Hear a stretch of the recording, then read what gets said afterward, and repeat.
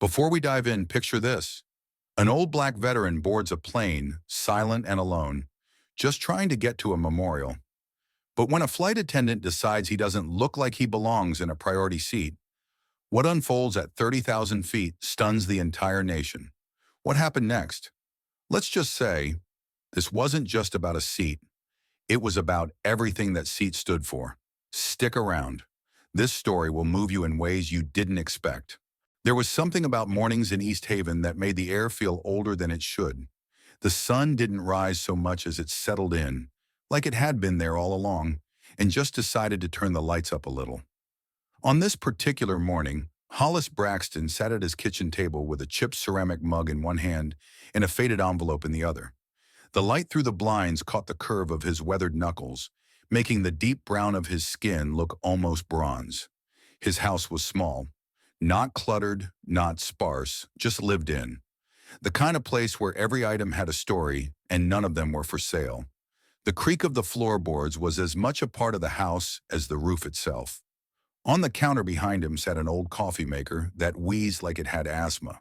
And just under the window, his dog Bishop lay curled in a sunspot, tail twitching as he dreamed of something only dogs remember. The envelope had no return address, but Hollis knew exactly where it came from the second he touched the paper. The seal was too careful, the handwriting too formal. Inside was an invitation, a printed card with gold edges, like someone thought it needed to look expensive in order to feel important. He read it once, then again slower. They were asking him to speak at a memorial event in Washington, D.C., something about honoring forgotten veterans, particularly those who looked like him. Freedom Hall Memorial, it said. Hollis leaned back in his chair, the wood creaking under his weight. His eyes drifted to a small picture frame on the far wall.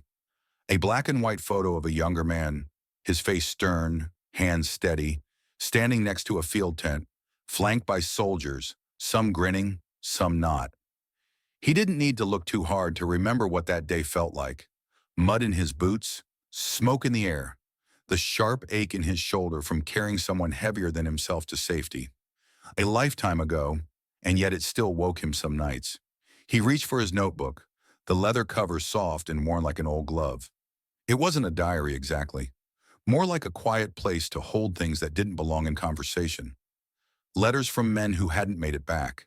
Names he recited sometimes when he needed grounding.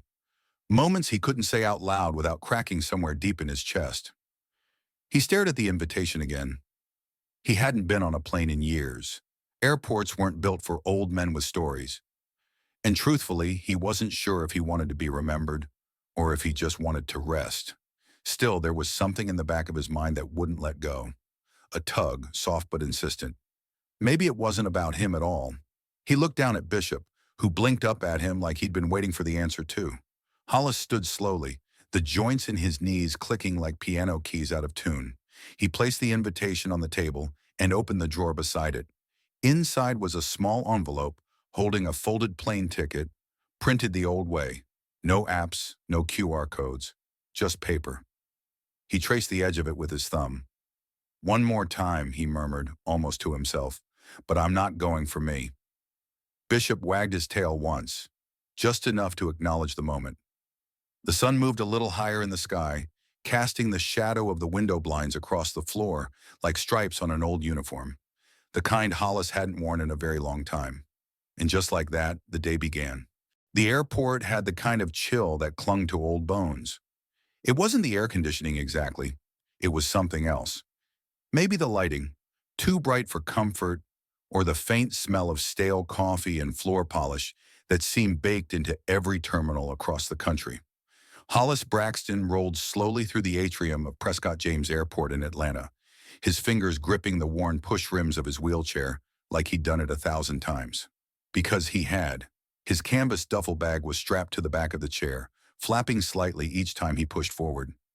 It was the same bag he'd carried across airfields half a world away, now faded to a dusty olive. No patches, no pins, just enough room for a fresh shirt, a shaving kit, and the well-worn leather notebook he never traveled without. When he arrived at security, a young agent with a high and tight haircut squinted at his boarding pass. "You're in a priority access seat," he said, glancing at Hollis with a look that hovered between curiosity and suspicion. "You sure this is the right ticket?" "I'm sure," Hollis answered calmly. The agent didn't respond right away. He gave the pass another glance, then waved him through, almost reluctantly. By the time Hollis made it to gate 12A, the crowd was thickening. Business travelers with sleek roller bags, couples squinting at their phones, and a few tired families trying to keep children from climbing the gate seating. The boarding area smelled faintly of cinnamon pretzels and jet fuel.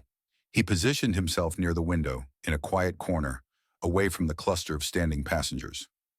Outside, the tarmac baked under the early light, heat shimmering off the metal wings of the aircraft like ripples on water. When boarding was called, Hollis waited, like he always did, until the crowd thinned. He hated to feel like he was in the way, but when they called for pre-boarding, passengers needing extra time or assistance, he rolled forward. A flight attendant at the door scanned his ticket. She didn't say much, just gave a tired smile and motioned him toward the front of the plane. Seat 12A, window, left side. Hollis maneuvered himself down the aisle, nodding politely to those already seated. When he reached his row, he paused for a moment, letting his fingers hover over the armrest before transferring slowly from his chair to the seat. It took effort, but he did it without help. That mattered to him. A few minutes later, she appeared. Marla Denning was neat to a fault, every strand of blonde hair pulled into a bun so tight it could have kept time. Her uniform crisp, posture firm. She was the kind of flight attendant who believed in order, and her eyes scanned like searchlights. When she reached Hollis's row, she stopped. Her brow creased. "Sir," she said, tone clipped, "are you sure you're in the correct seat?" Hollis looked up at her, calm as ever. "Yes, ma'am. Seat 12A. This row is reserved for passengers with verified military or medical status," she said, voice low but firm. Sometimes people misunderstand the designation. He reached into his jacket pocket and handed her the boarding pass again, his fingers steady. She took it but barely looked before handing it back. "We've had issues before," she muttered, almost more to herself than to him. "People assuming they qualify." "I didn't assume anything," he replied, not raising his voice. Marla gave a tight nod and moved on, but the air had shifted. A few heads turned. A young woman across the aisle glanced at Hollis, then quickly looked away. He settled back into his seat, hands folded in his lap. His eyes wandered out the window, where the ground crew moved like slow insects around the plane. Behind him, a passenger coughed. Somewhere, a baby began to cry. The usual hum of boarding noise returned. But in row 12, things stayed quiet. Too quiet. A few minutes later, Marla returned. This time, her smile was thinner. "Sir, just one more thing. I've alerted the gate staff to double-check the status on your seat. Standard procedure." Hollis didn't flinch. "Do what you need to do." She gave a polite nod, but her eyes didn't match. Then she turned and walked briskly to the front galley. A young man in his 20s, slouched in his seat 2 rows back, tapped his phone screen twice. Camera rolling. He adjusted his angle just slightly to get a clearer shot of the interaction that had just played out. He didn't say a word. Hollis didn't notice. He was too busy watching a baggage cart zigzag past the wing, thinking about how some things change. Airports, uniforms, even manners. But the weight of being doubted? That part still felt just the same. It didn't take long for the mood in the cabin to shift. People were still boarding, stuffing overhead bins, jockeying for space like always. But in row 12, something sat heavier than the air. Hollis could feel it in the way folks glanced sideways without looking long, in the tight-lipped nods that replaced polite smiles. Not hostile exactly, just cautious. Like whatever had happened between him and the flight attendant was contagious. He didn't blame them. People weren't trained to confront discomfort. They were trained to endure it, move past it, ignore it. So that's what they did. Marla Denning, meanwhile, didn't let the matter go. She was up near the front, standing next to the intercom panel, flipping through the passenger manifest like she expected it to start glowing if something was wrong. A fellow crew member walked by and gave her a look, half curiosity, half concern. "Something wrong back there?" he asked under his breath. Marla didn't look up. "Just making sure we're not getting taken advantage of again," she said, voice sharp but quiet. "Guy in 12A says he's military priority. Doesn't have any of the updated documentation. The other crew member blinked. But his boarding pass says, "Exactly," she interrupted. "It's too easy to manipulate the system. Print a pass, make it look legit, sit wherever you want. Happens more than you'd think." He raised an eyebrow but didn't push it. Back in row 12, Hollis sat still. He wasn't scrolling his phone, wasn't flipping through a magazine. He just sat, looking ahead, his fingers gently resting on his knees like he was holding something invisible in place. Jeannie Cortez entered the cabin from the front, coming off a quick check on catering. She was older than most of the crew, maybe mid-50s, Latina, calm and grounded in the way only people who've seen too much and lived through it can be. When her eyes passed over Hollis, something paused. She stepped over quietly. "Sir," she said softly, crouching beside him to keep the conversation low. I have to ask, were you ever at Cantry, Vietnam?" 69 Hollis looked at her. No shift in expression, but the pause in his breath said more than words. "I was," he replied. Jeannie blinked, swallowed. "I thought I recognized your face." She didn't say more, but the weight behind her voice told him everything. That memory wasn't a photograph for her. It was a feeling. "Why didn't you tell them?" she asked. Hollis looked down at his hands. "Didn't think it was required." A beat. Jeannie stood up slowly, nodding to herself. Just as she turned to head back to the galley, Marla swooped in again, face tight with resolve. "I've confirmed with gate staff," she announced. "Still no external validation, but we're escalating the issue." She folded her arms across her chest. "Sir, I need to ask again. Are you absolutely certain you belong in this seat?" Hollis didn't move, didn't blink. "I'm sure." Marla exhaled hard through her nose. "Look," she said, lowering her voice but not her tone. "You people always think you're entitled to things just because you say the right words. Military, disabled, special status. But it doesn't work like that." The air turned cold. A man 2 rows back sat up straighter. A young woman across the aisle covered her mouth with her hand. Jeannie, standing just behind Marla, froze. Even Hollis shifted slightly, eyes narrowing. Not in anger, but in recognition. He'd heard that tone before. Not always from strangers. Sometimes from officers, sometimes from neighbors. Trevor, the young man with the phone, didn't move. But his camera caught every word, every flicker of her expression. Hollis finally spoke. Calm, quiet. "I earned this seat before you were born." Marla blinked like the word surprised her. Then her jaw tightened. "We'll see what operations says," she muttered, turning and storming back toward the front. Jeannie stayed behind, one hand gripping the edge of the overhead bin like she needed something to ground her. "Sir," she said gently, "do you want me to file a report?" Hollis looked at her with a tired smile. "No, ma'am. Let her keep digging." He didn't say it with malice. He said it like someone who'd seen what happened when people couldn't stop themselves from revealing who they really were. Behind him, the hum of conversation picked up again, awkward and forced, the kind that follows a truth spoken too loud in a quiet room. The wheels of the plane shifted as pushback began. Engines rumbled low beneath the floor, ready to carry them upward. But for Hollis Braxton, the weight wasn't in the air. It was still in seat 12A, where no apology had landed and no dignity had been offered. And yet, he stayed seated. The plane had leveled out somewhere above the clouds, cruising steady. Cabin lights dimmed to a soft glow, and the usual rhythm of air travel settled in. Pages flipping, earbuds in, trays lowered and raised again. But back in row 12, nothing felt routine. Marla hadn't returned, not yet.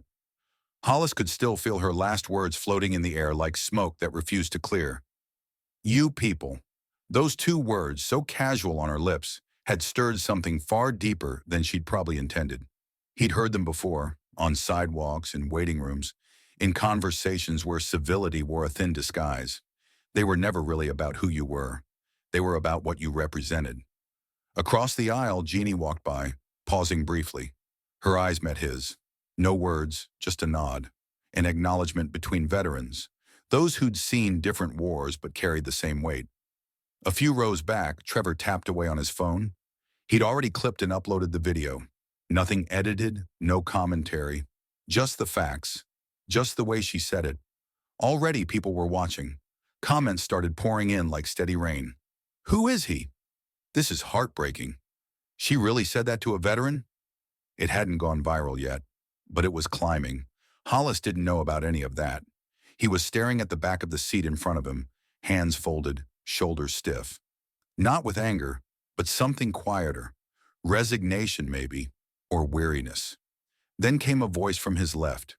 "Excuse me, sir."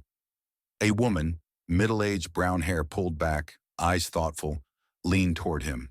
She held a book in her hands, something thick and worn. "I hope this isn't strange," she said. "But, are you Hollis Braxton?" He turned slowly, surprised. "My father used to talk about you," she went on. "He served in Vietnam. His name was William Kincaid. He passed away 5 years ago."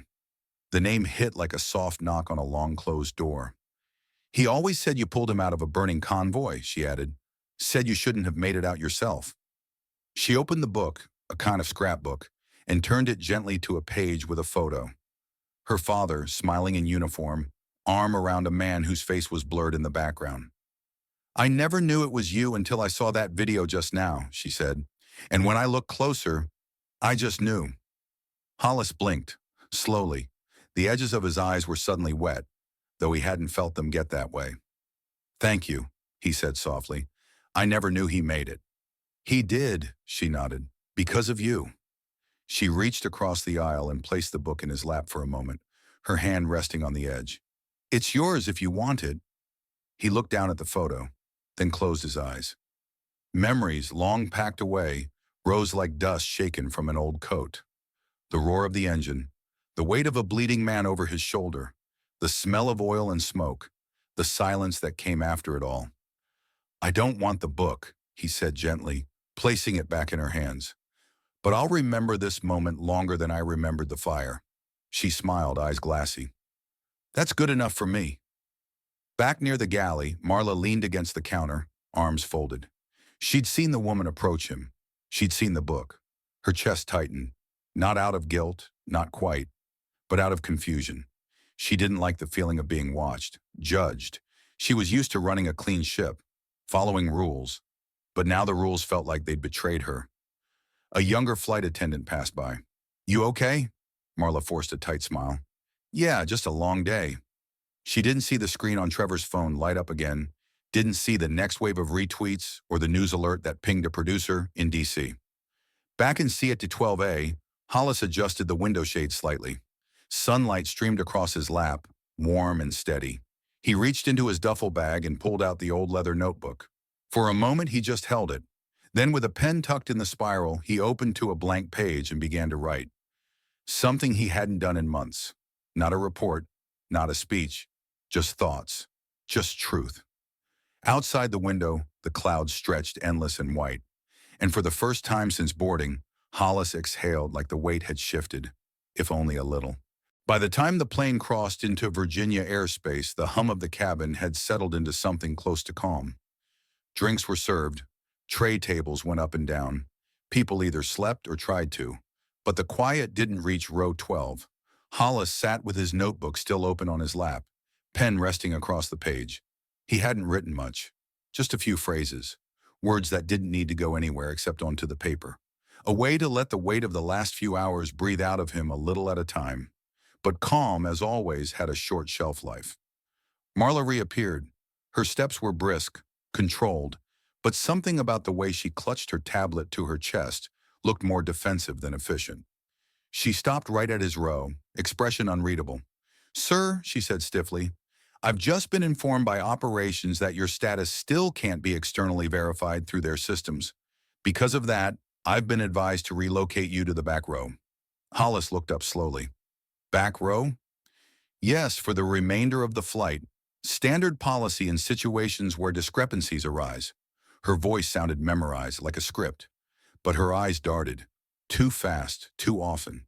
From 2 rows up, someone muttered, "Seriously?" Marla heard it but didn't flinch. Hollis tilted his head slightly like he was studying her. Not her uniform, not her rank, but the person behind all that fabric. "I'm in the correct seat," he said plainly. You've seen my pass. You know that. She didn't answer that. Instead, she tried a different tactic. It's not about you, sir. It's about protocol. I follow the same steps for everyone. Jeannie, who had been refilling cups just behind them, stopped mid-pour. You don't, she said, not loud, but enough for the silence to grab it. Marla turned sharply. Excuse me? Jeannie stepped closer, calm but firm. You don't treat everyone the same, and you know it. There was a pause, long enough for everyone nearby to hear it. Trevor, phone in hand, didn't move a muscle. The camera was already rolling again. Hollis stayed seated. His face was calm, but his voice was steel. You've made this flight about proving something, but it's not about safety. It's not about rules. It's about control. Marla blinked fast, her hands clenched tighter around the tablet. This isn't personal, she insisted, though her voice cracked at the edges. Yes, it is, Hollis replied. It always is when people like me are asked to prove we belong somewhere. Jeannie gently placed a hand on the back of his seat. He's staying right here. Marla's jaw worked silently. Her gaze flicked around, at the other crew, at the passengers watching now, with unhidden interest. If this is how you want to handle it, she said under her breath, I'll file an internal complaint, both of you. Then she turned and disappeared into the galley without another word. The cabin didn't cheer, it didn't clap, but the energy shifted again, something between collective breath and quiet fury. A minute passed, then another. Hollis adjusted in his seat, reaching up to tighten the air vent above him. The movement seemed small, but to him it was everything. He wasn't being moved. He wasn't apologizing. He wasn't shrinking. Across the aisle, Jeannie sat on the jump seat and didn't speak. She just gave him a look that said, I see you. In the back of the plane, Marla sat by the service phone. She stared straight ahead, unblinking. The words he'd spoken looped in her head, louder than the engine noise. It's always personal. She told herself she was just following procedure, but deep down, some part of her, buried and rusting, was no longer so sure. 30,000 feet above the world, truth had a strange way of rising with you. The plane hummed forward, suspended somewhere between yesterday and arrival. Cabin lights glowed soft and dim, like everyone on board had agreed not to stir up more than necessary. But in row 12, things were far from still. Hollis didn't feel sick, not in the usual way. It wasn't pain, not sharp or sudden. It was weight, deep in the chest, like something folding in from the inside. He blinked once, then twice, and exhaled through his nose, slow, controlled. But Jeannie noticed. She had been watching from across the aisle, pretending to sort napkins. It was the way he shifted in his seat that gave it away, the subtle arch in his back, the hand on his collarbone. A soldier's habit, hide the weakness, sit up straight. She stepped over fast, crouched beside him. Talk to me. Hollis shook his head slightly. I'm fine. You're not. She reached for the oxygen kit beneath the seat and pulled out the mask with a motion both sharp and practiced. Her hands moved like she'd done this 100 times. Because she had. He didn't resist. While Jeannie worked, Marla stood frozen in the galley, watching from a distance. One foot moved forward, then stopped. Her hand hovered near the service phone, but she didn't pick it up. For a moment, it wasn't policy. It wasn't protocol. It was just panic, cold and quiet, sitting right in her throat. A nearby passenger rang the call button. He needs help, the woman said. Now. Trevor stood halfway up, not knowing what to do, phone forgotten in his lap. Jeannie called for backup, but not with urgency. She was calm, focused. Keep breathing, she told Hollis. You're not alone. Hollis's grip tightened on the armrest. Not from fear, from frustration. Don't move me, he rasped. No one's moving you, Jeannie replied. Don't let them. I won't. She stayed with him, keeping his breathing steady until the pressure eased and his color returned. Only then did she exhale herself, quietly, like she'd been holding something in. Back in the galley, Marla turned away. Her reflection in the metal cabinet door looked pale, unsure. She rubbed her thumb against her wrist without realizing, like she was trying to scrub off something invisible. Over the PA, the captain's voice broke through. We'll be beginning our initial descent into the Washington, D.C. area shortly. Flight crew, prepare for landing. The voice was calm, routine. But nothing in row 12 felt routine. As the plane dipped gently into descent, passengers whispered. Phones lit up. Someone murmured, "That's the man from the video." Another asked, "Is he okay?" Hollis sat upright again, oxygen mask in his lap, breath steady. He looked out the window, seeing nothing but clouds and light, but in his mind, something had cleared. No one had moved him. No one had silenced him. A quiet legacy didn't mean it was less real. Back in Atlanta, a journalist named Nora Halstead opened her email. The subject line read, "You should see this." Attached was a video link and a name she hadn't read in years. She clicked. She watched. Her hand moved to her mouth as the past came rushing back. "Braxton," she whispered. "Good Lord." And halfway down the coast, in a seat they said didn't belong to him, Hollis Braxton closed his notebook and leaned back. Outside the window, the sky was beginning to open. The wheels hadn't touched down yet, but something had already landed. The tension, the whispers, the gravity of what was unfolding around seat 12A. It wasn't just a moment anymore. It was turning into something larger, stretching beyond the narrow walls of the cabin. The clouds gave way to patches of city light below. Washington, D.C. waited somewhere under that pale horizon, but inside the plane, the air was still thick with what had just happened. Hollis sat still, the oxygen mask now tucked into the seat pocket. His breathing was even again, but his mind wasn't. Not quite. He could feel the eyes, curious, cautious, maybe even guilty, watching him now. They weren't just looking at an old man anymore. They were looking for a story. He didn't flinch. He didn't invite it either. Then softly, a voice from across the aisle. "Sir?" The woman who had spoken earlier, who'd handed him the photo of her father, was back. This time she held the book open again. Her fingers trembled slightly, like she was afraid to offer it a second time. "I didn't mean to intrude," she said. I wanted you to know what you did mattered." Hollis turned toward her. He didn't answer right away. "He talked about you like you were a ghost," she continued. "Said you carried him out of hell and disappeared into the smoke. I didn't believe half of it growing up." She gave a small, shaky laugh. "But now I'm sitting across from that ghost and I feel like I owe you something." "You don't owe me anything," Hollis said, voice quiet. She paused, then gently laid the book across his lap. "I'd like you to have this page, just this one." He looked down. It was a handwritten journal entry, dated 1970. In it, her father had described the moment Hollis had pulled him from a burning convoy, dragged him behind a concrete barrier, and left before he could say a word. "He wrote that you saved him without ever asking who he was," she said. "Said you had this look, like you were tired of being thanked for surviving." Hollis felt something stir in his chest. He swallowed hard, eyes still on the page. "That sounds about right," he said, his voice low. Trevor, seated a few rows behind, noticed the exchange. His fingers hovered over his phone but didn't move. He didn't film. Not this part. This part wasn't for the internet. Instead, he simply watched, listening, feeling the room shift again. When the woman returned to her seat, she left behind more than paper.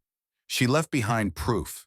Proof that Hollis Braxton's name had lived in stories, not in plaques or parades, but in the memories of the people he'd saved. And now that name was moving again. Back in the galley, Marla leaned against the wall, her arms crossed tight. Her eyes darted toward the cabin every few seconds, toward row 12. She didn't know what was being said, but she could feel it shifting. She pulled out her work tablet and opened a blank incident report. Her fingers hovered over the keyboard. What was she even going to write? Passenger refused reassignment? Passenger claimed false status? The truth itched at her fingertips. And then, a small voice of uncertainty, quiet but clear, asked a question she hadn't dared consider before. What if you were wrong? As the aircraft descended through layers of soft blue haze, Hollis placed the journal page into his notebook, closed it gently, and laid both in his lap. Then he looked out the window again, and this time, it wasn't the clouds he was thinking about. It was the name they forgot, and how it never really left. The seatbelt sign dinged. A subtle shift ran through the cabin as passengers prepared for landing, straightening up, stowing bags, tugging on jackets. But in row 12, everything was still. Hollis sat quietly, his notebook resting on his knees, the journal page folded neatly inside. He wasn't reading. He wasn't writing. Just breathing, watching, waiting. Not for the wheels to touch down, but for something else. Something less predictable than gravity. From behind the curtain, a familiar voice spoke up. "This is your lead flight attendant, Marla, with our final landing announcements." Her voice was calm, smooth, practiced. If you hadn't seen her face earlier, you'd never know what had happened. "We'd like to thank you for flying with Airway Americana today." Trevor leaned his head back and whispered to himself, "Sure you would." Marla finished the script and returned the mic to its holder with a soft click. She didn't move right away, just stood there behind the curtain, listening to the hum of the cabin, jaw tight. She'd seen the looks. She'd heard the shift in tone when her name was mentioned. She wasn't used to being questioned, and now she felt like every glance held a verdict. Back in his seat, Hollis closed his eyes briefly, not from exhaustion, but to anchor himself. He remembered the base in Con Tree, remembered a time he was ordered to wait outside a triage tent because they didn't believe he was a medic. He'd watched a man die while waiting for permission to help. That was the first time he'd understood the cost of doubt. Next to him, Jeannie returned from the front with a bottle of water. "I figured you could use this," she said, setting it gently on his tray table. "Thank you," he said softly. "You holding up?" He nodded once, slow and sure. Jeannie hesitated, then lowered her voice. "They're asking if you'd be willing to speak after landing. Media's already at the gate. They know who you are." Hollis didn't react, just looked out the window. "I'm not here for cameras," he murmured. "I know," she said, "but sometimes cameras are the only way folks start listening." He glanced at her, then back outside. A thin smile touched the corner of his mouth, the kind that came with long roads and older bones. "Let them listen to the silence for once," he said. Jeannie gave a quiet chuckle. "That might be louder than anything." Overhead, the intercom clicked again. This time it was the captain. "Ladies and gentlemen, we've begun our final descent into Washington, D.C. Please ensure your seatbelts are fastened." The words floated across the cabin, but all anyone was really thinking about was row 12. A few rows up, a woman leaned toward her husband and whispered, "That's the man from the clip, isn't it?" He nodded. "Yep." Hollis Braxton. The name had begun to spread, not as a headline, not yet, but like a memory rising back to the surface after being buried too long. And somewhere in a news studio downtown, Nora Halstead was prepping her team for a breaking segment. "Run the archive," she said. "Every file we have on Braxton. I want his voice in that room before they roll the doors open." Back on the plane, as the city came into view below, Trevor glanced at his phone. Thousands of notifications, comments pouring in. But he didn't post again. Instead, he did something unexpected. He powered the phone off and looked around. This wasn't a clip anymore. This was a story. And Hollis? He was still in that seat they tried to take away. The one with no plaque, no ribbon, no loud announcement. Just one seat, one story. And it turned out, it carried 1,000 more. The wheels kissed the runway with a subtle jolt, a whisper of rubber meeting concrete after hours suspended in sky. Most passengers barely noticed, too busy grabbing for phones, adjusting jackets, preparing to rush off into whatever came next. But for row 12, everything held still. Hollis Braxton didn't move. He kept his gaze out the window, watching as the landscape of Washington, D.C. came into focus. Runway lights stretching like distant lanterns, airport vehicles zigzagging across service roads, and a blur of buildings beyond the terminal that hadn't changed much since the last time he'd seen them. Jeannie stood a few feet away, hands clasped at her waist. She didn't speak. She didn't need to. Up front, Marla stood near the main cabin door, posture perfect, eyes locked straight ahead. But her fingers fidgeted, tiny, involuntary movements. She hadn't spoken to anyone since the descent began, hadn't made eye contact. She was waiting for impact, and not the kind with landing gear. The intercom clicked again. "Ladies and gentlemen, welcome to Washington, D.C. Please remain seated until the aircraft comes to a full stop." As the plane taxied, a ripple of energy built through the rows. Not excitement, not relief, anticipation. Everyone had heard the whispers. Everyone had seen the posts, or overheard just enough to know. Something bigger had just happened at 30,000 feet, and it was sitting in row 12. A minute passed, then two. The aircraft came to a stop at the gate, but the real arrival hadn't begun yet. The cabin door opened, and beyond it stood something no one expected. Reporters, cameras, a small line of men in uniform, retired and active, standing silently, hats in hand, eyes forward. One of them, older but tall, stepped forward and nodded toward the crew. "Mr. Braxton," he said calmly, "on behalf of the Department of Veterans Affairs, we'd like to personally welcome you to D.C." The cabin fell into complete silence. Hollis turned slightly in his seat, looked toward the front, but didn't get up. He spoke without raising his voice. "I'll get off when it's my turn," he said, "just like everybody else." The man nodded once respectfully. "We'll be waiting." Trevor turned his phone back on. Notifications flooded in like a rising tide. He held it steady for once, not as a voyeur, but as a witness. Marla blinked hard. Her throat tightened. She could hear her own breath in her ears. Jeannie stepped forward. "They're asking if you'd like a wheelchair." Hollis shook his head. "Not yet." Jeannie smiled slightly. "Didn't think so." From the front, Marla stepped back, almost retreating into the galley. One of the flight supervisors stepped on board, whispered something in her ear. Her face went pale. Back on the ground in a news van idling nearby, Nora Halstead gave a signal to her cameraman. "Now," she said, "zoom in slow. No commentary. Let the moment speak." The passengers began to disembark, row by row, slowly. Many of them glanced at Hollis as they passed, some offering nods, others simple looks of quiet apology. No one rushed, no one shoved. When the aisle finally cleared, Jeannie approached him once more. "They're ready whenever you are." Hollis nodded, then reached down to pick up his bag and notebook. No medals, no speeches, just the same canvas bag and the same quiet dignity that had carried him through wars, airports, and everything in between. As he rolled himself toward the door, the light shifted slightly across the floor, casting the number 12A in shadow. He paused at the threshold, looked at the gathered crowd just beyond, then back at Jeannie. "I didn't come here to prove anything," he said, "but I guess silence only works when people are listening." Then he rolled forward, and this time they listened.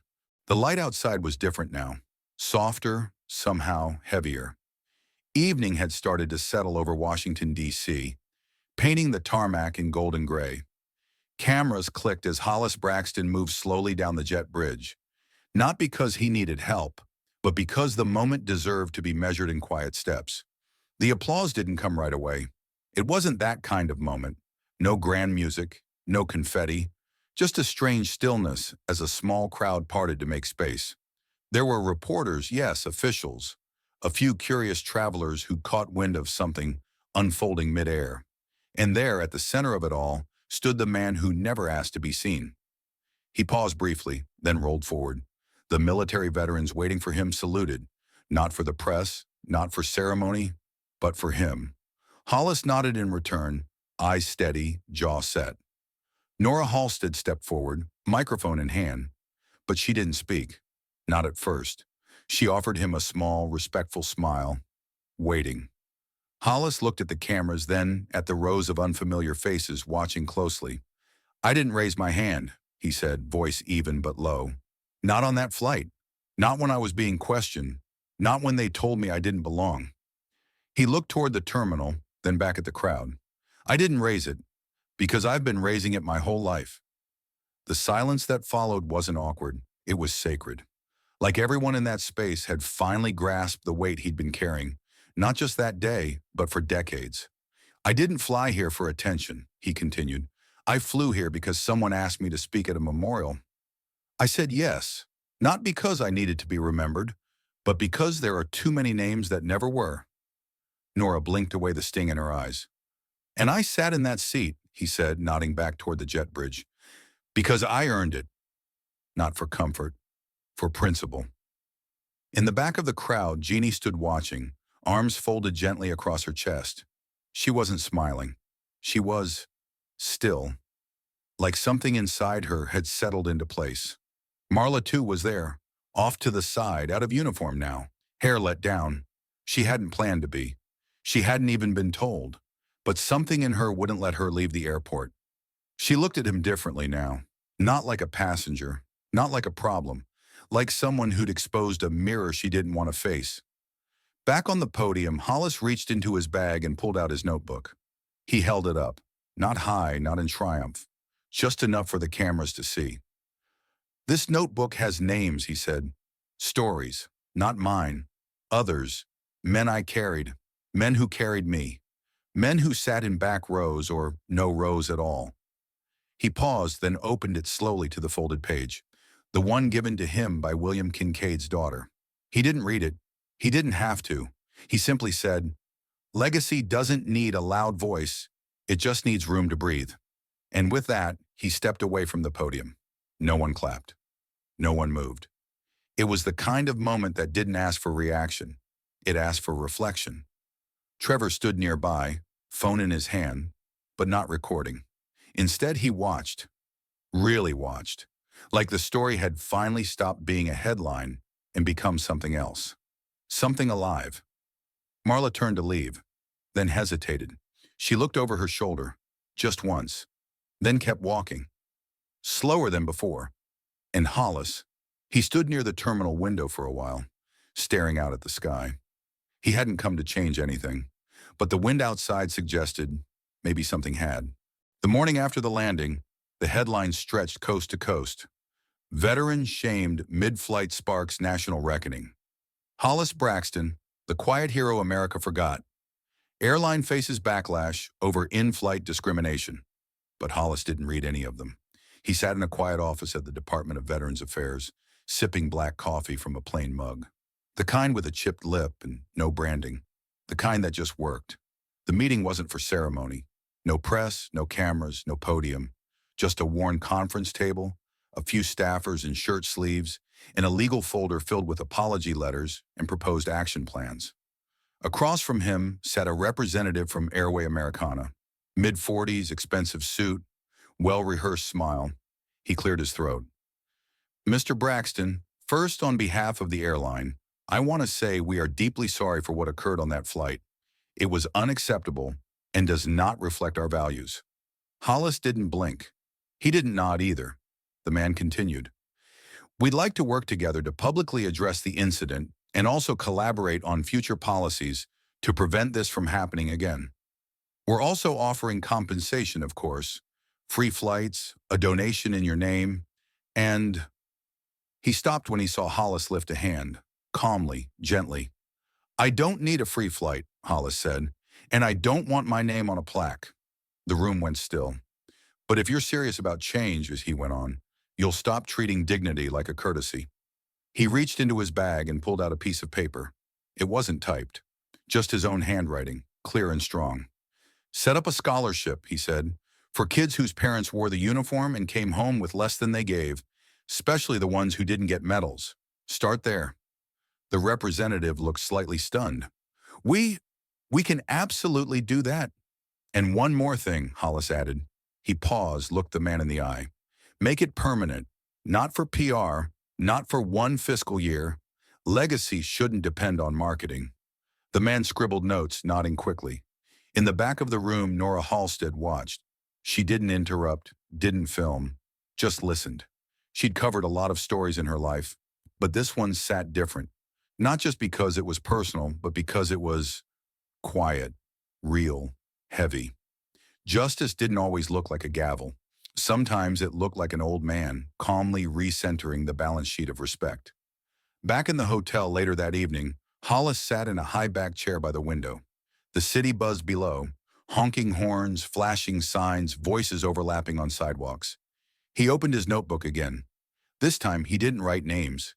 He wrote possibilities, new pages, new seats, not ones earned through war, but through humanity. Down the hall, Jeannie was on the phone with her daughter, telling her what had happened, how proud she felt. "No," she said, laughing gently. "He didn't give a speech. He gave them silence and made them hear it." And on a quiet bench just outside the terminal, Marla sat with her uniform folded neatly on her lap. She wasn't fired, not yet. The airline had put her on indefinite reassignment. She stared down at a small envelope someone had handed her after the landing. Inside, a card. No name. No note. Just a line handwritten across the middle. What you see isn't always the story, but how you treat it, that's always yours. Marla leaned back against the wall, staring up at the sky like maybe it held some answer. Or maybe just room to learn. The press conference wasn't called a press conference.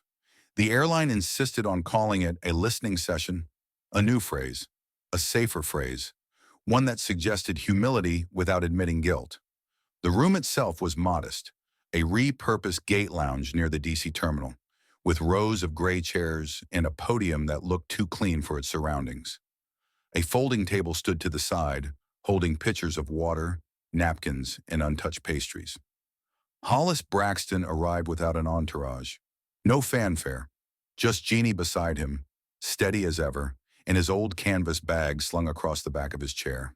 He didn't wear a suit. He didn't bring medals. He wore the same jacket he'd flown in, buttoned halfway, and a quiet look that said he'd rather be anywhere else, but understood why he was there. On the stage, a single chair sat under a low spotlight. No armrests, no name tag.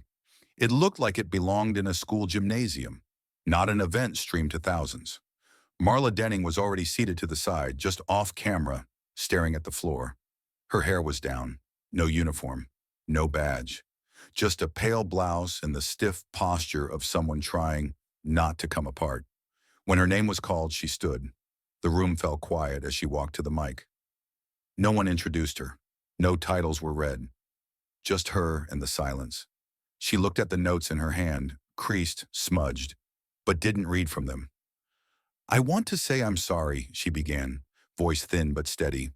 "Not because I was told to, not because I have to, but because I did harm." Her eyes scanned the room, landing briefly, too briefly, on Hollis.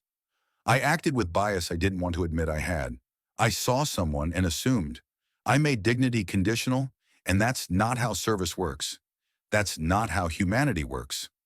She blinked hard, but the tears didn't fall. "I understand that an apology doesn't erase what happened, but I hope it opens something, even if just a crack." She stepped back. No one clapped, not because it wasn't worth acknowledging, but because applause didn't feel like the right language. Then they called Hollis. He didn't move toward the podium.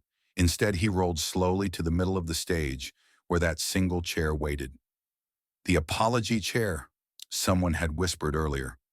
But he didn't sit in it. He turned it around. And then he sat facing the audience, facing Marla, the reporters, the staff, everyone. No stage, no barrier, just a man in a chair. "I've been apologized to before," he said, voice worn but full. "Most times it came too late to mean anything. Sometimes it came with a check attached. Sometimes not at all." He paused. "But today, I'm not here to accept or reject anything. I'm here to remind you that history doesn't happen on stages. It happens in aisles, in rows, in moments that no one records, except the people who live them."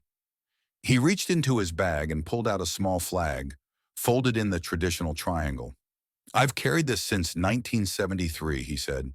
"It belonged to a friend who never got his seat back." He held it for a moment longer, then set it gently on the empty apology chair. "Let that be the seat you remember," he said. "Not because of guilt, because of growth." In the back, a young intern wiped her eyes. Even the reporter stopped writing. Marla sat still, not blinking, her hands gripping her knees. Trevor, standing in the back of the room, whispered to himself, "That's the story." And it was. Not one of rage, not even one of redemption, but one of weight finally shared. Hollis didn't stay for questions. He rolled himself off the stage, through the crowd, and toward the door, passing the empty chair on his way out, leaving behind not just a lesson, but a space that meant something now.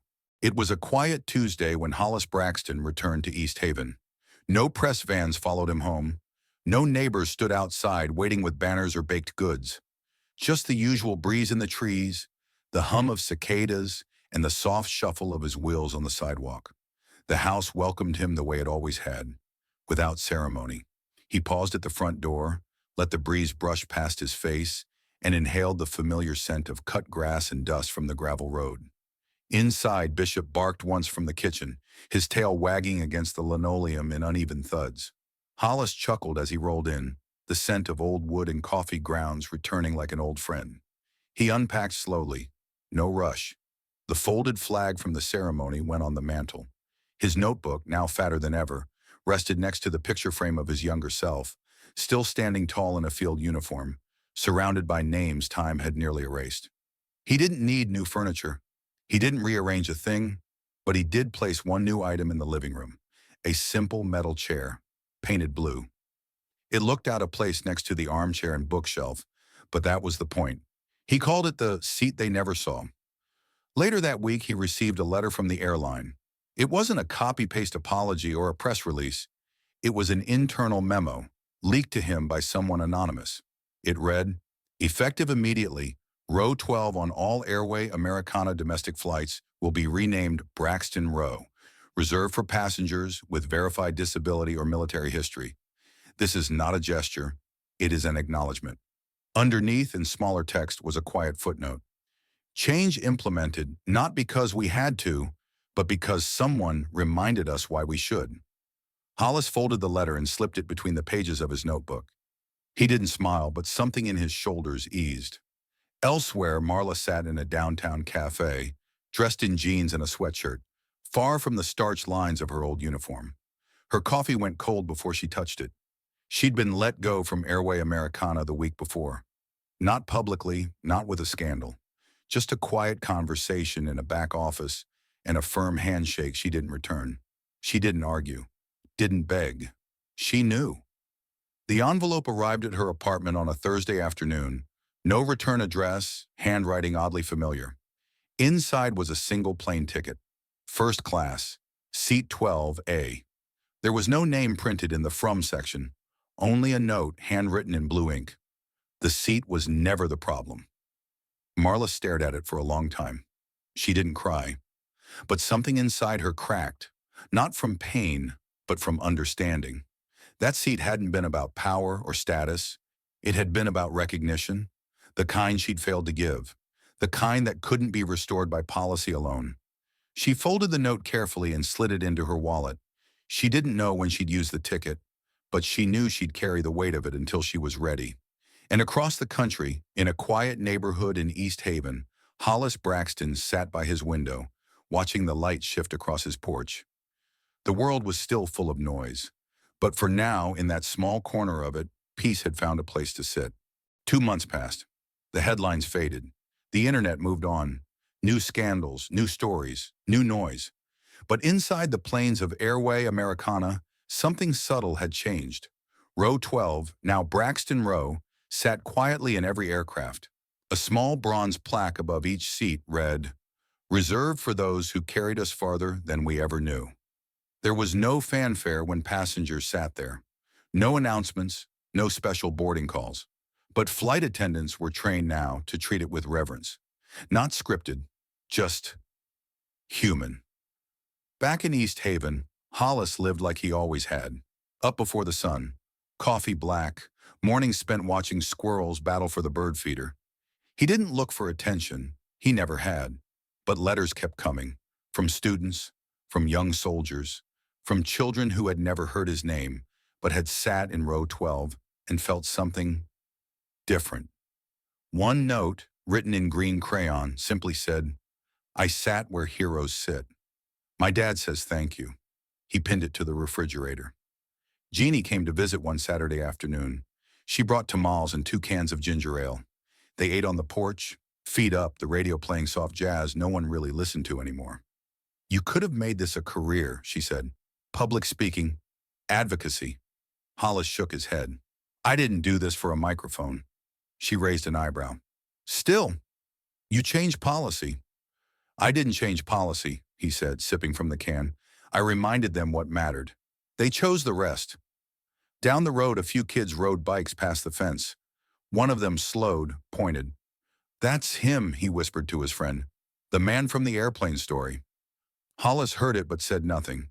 He just watched them disappear into the distance, a soft smile pulling at the corner of his mouth. That night he opened his notebook. The pages were nearly full. He turned to the very last one. He didn't write much, just a sentence. Some rows stay empty until someone remembers who they were built for. He closed the book gently. Back in D.C., Trevor launched the first episode of his new podcast, Silent Seats. It opened not with narration, but with Hollis's voice, raw, steady, taken from the moment he'd faced the press. I didn't come to speak, but I see now. Silence has its limits. The episode ended with a pause. Long, purposeful, letting the weight settle. And on the other side of town, in a small community center tucked between brick buildings and chain-link fences, Marla stood before a group of teen volunteers. She wasn't in uniform, she wasn't paid. She was just there, teaching them about empathy, about seeing beyond assumptions. She never told them the full story, never used his name. But when one student asked why she cared so much, she looked down at her bag. Inside, tucked in the front pocket, was a plane ticket. First class, seat 12A, unused, unfolded, still waiting. And somewhere in the air, on a flight headed west, a young man glanced up at the small bronze plaque above his seat. He didn't know the full story, but he sat a little straighter, as if the seat remembered, even when the world forgot. The autumn wind rolled gently across the lawn of Freedom Hall Memorial, tugging at coat hems and fluttering the edges of programs clutched in cold hands. A low murmur rippled through the gathered crowd. Veterans in polished shoes, families in folding chairs, a school choir huddled near the steps. But all eyes turned when Hollis Braxton arrived. He didn't come in a motorcade.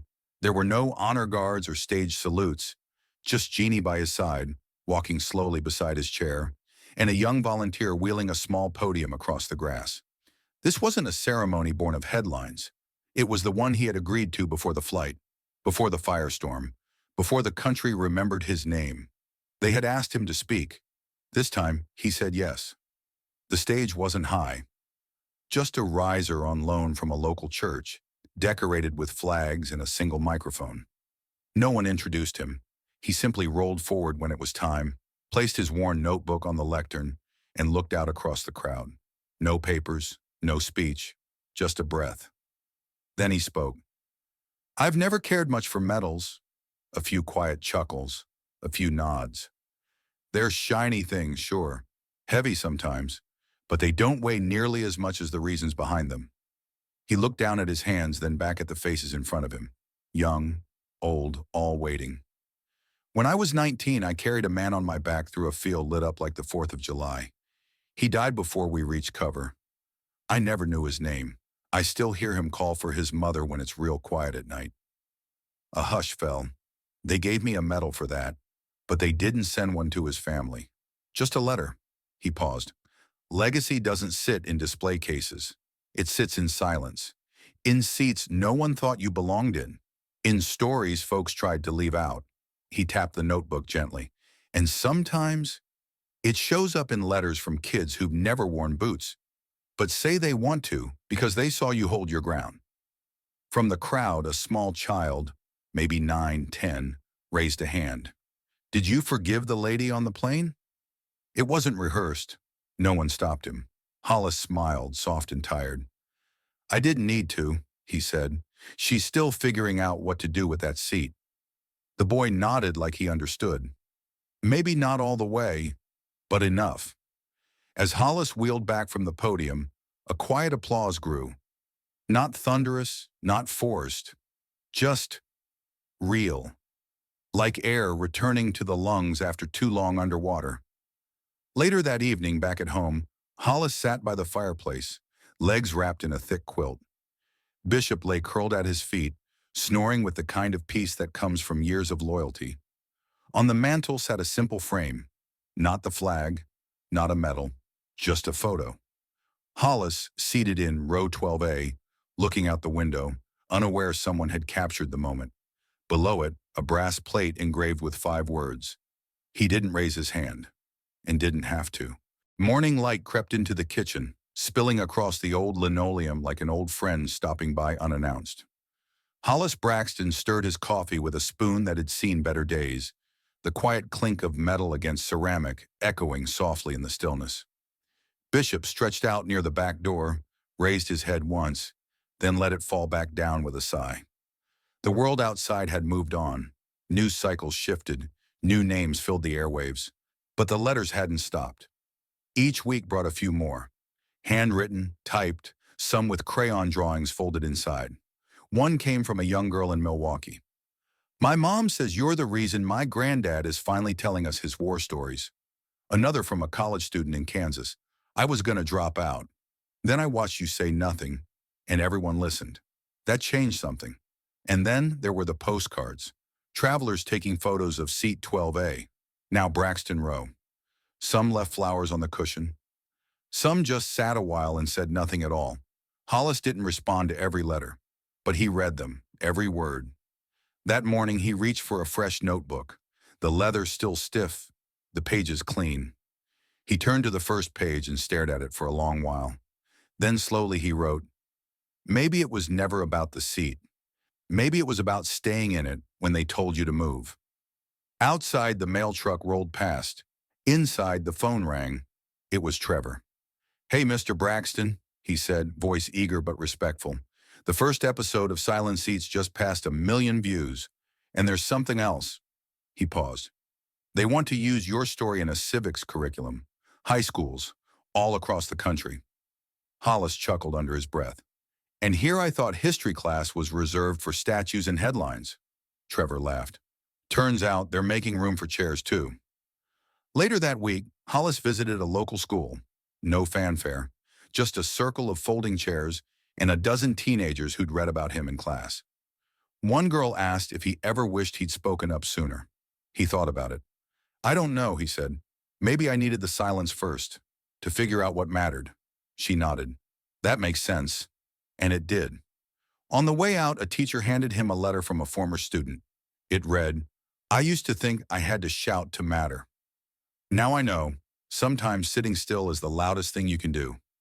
That night back at home, Hollis sat on the porch, watching the sky darken. Jeannie had gone back to work, Trevor was off filming the next episode, and the world kept spinning. But row 12A was still flying, still open, still remembering. As the stars blinked alive, Hollis looked out at the quiet street, the wind brushing leaves across the sidewalk like old stories chasing each other. He didn't need to raise his hand anymore. The world had finally turned toward him and listened, even when he said nothing at all. Sometimes the most powerful stand a person can take is choosing not to move. Hollis Braxton didn't raise his voice, didn't demand attention. He simply stayed in his seat. And in doing so, he reminded a nation that respect isn't earned by proving your worth over and over. It's owed. So here's the question. Have you ever been told you didn't belong until the truth said otherwise? We'd love to hear your thoughts in the comments. And if this story moved you, inspired you, or even made you think twice, make sure to subscribe, because the next story might just be the one that speaks to you.